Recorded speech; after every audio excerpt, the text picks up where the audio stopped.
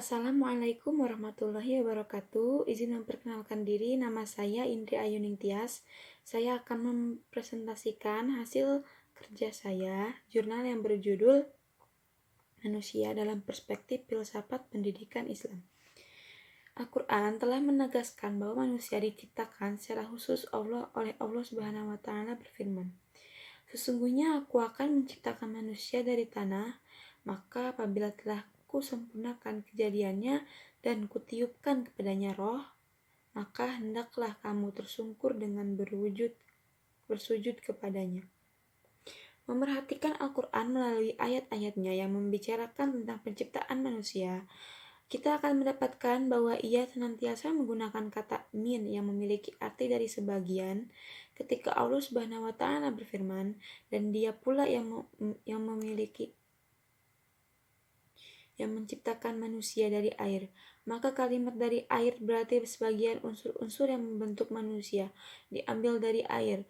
Mengenai beberapa persen kadar air dalam penciptaan manusia, maka hakikatnya hanya Allah Subhanahu wa Ta'ala yang mengetahuinya. Karena penciptaan al-khalqu merupakan sifat yang hanya dimiliki oleh Allah Subhanahu wa Ta'ala.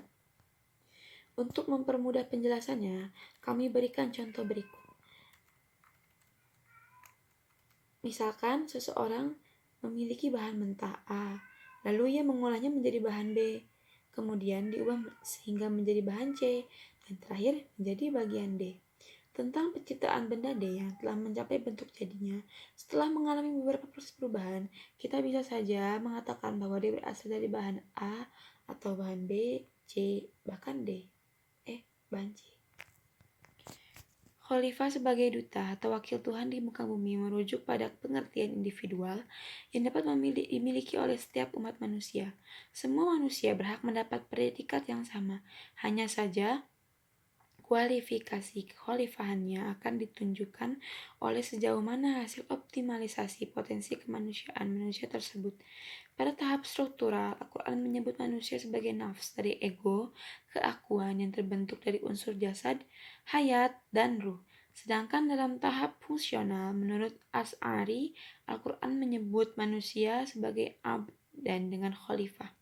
Maka esensi manusia sebagai abd Allah adalah ketaatan, ketundukan, dan kepatuhan kepada Sang Pencipta. Sedangkan khalifah esensinya adalah kebebasan dan kreativitas dalam upaya pembentukan kebudayaan yang dalam konteks antropologi merupakan suatu proses perwujudan eksistensi manusia. Kehadiran konsep khalifah dalam hal ini tidak lantas dipertentangkan dengan konsep abd, sebab keduanya berada dalam mainstream pemikiran yang sama.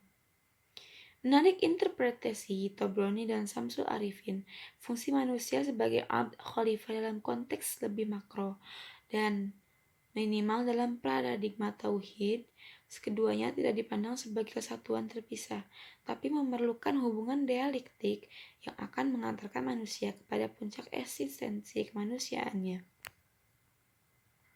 Dalam Al-Quran, Allah menjelaskan hal yang berhubungan dengan berbagai nikmatnya yang bersumber dari bumi. Sementara ayat ini menjelaskan sistem alam semesta. Dengan demikian, terlihat adanya relasi antara ayat ini dengan ayat sebelumnya, yakni tumbuhnya berbagai jenis tumbuhan di muka bumi dengan baik itu sangat dipengaruhi oleh sistem alam semesta. Dalam ayat ini disebutkan dengan perputaran malam dan siang, matahari, rembulan, dan bintang gemintang yang semuanya itu tidak lain merupakan sunatullah yang dengannya manusia mampu bertahan hidup sekaligus bersyukur atas segala rahmat dan karunia-Nya. Oleh karena itu, pada bagian akhir ayat ini, Allah menegaskan semua itu akan menjadi tanda-tanda kebesarannya bagi mereka yang berakal. Dari perangkat tersebut akan terlibat dua potensi manusia, yakni potensi positif dan potensi negatif. Adapun potensi positif yang dimiliki manusia itu adalah manusia mempunyai fitrah. Yang kedua, manusia mempunyai kemampuan untuk memahami hukum kausalitas sehingga dia tidak lagi menghubungkan kejadian alam semesta ini dengan ketentuan-ketentuan gaib selain Allah. Yang ketiga, manusia memiliki kemampuan menguasai informasi. Sekian presentasi dari saya. Wallahul muwaffiq ila aqwamit thoriq. Wassalamualaikum warahmatullahi wabarakatuh.